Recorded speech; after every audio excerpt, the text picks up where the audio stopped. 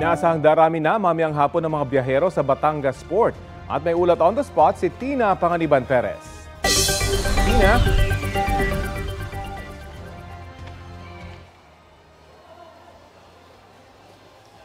Rafi, ngayong araw hanggang bukas ang inaasahang peak o dagsa ng mga pasahero rito sa Batangas Port na babiyahe para sa Undas. Ayon kay Batangas Port Manager Aurora Mendoza, mula noong October 23 hanggang kaninang 6 a.m., umabot na sa 68,000 ang mga pasahero. Sa ngayon, maluwag pa rito sa terminal. Posibleng mamayang hapon daw ang buhos ng mga pasahero.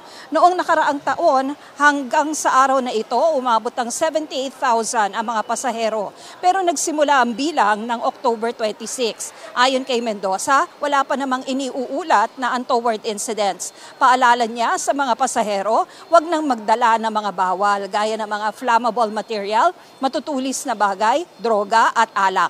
Pwedeng magdala ng pets pero dapat ay may permit daw mula sa mga ahensya ng pamahalaan gaya ng Bureau of Animal Industry.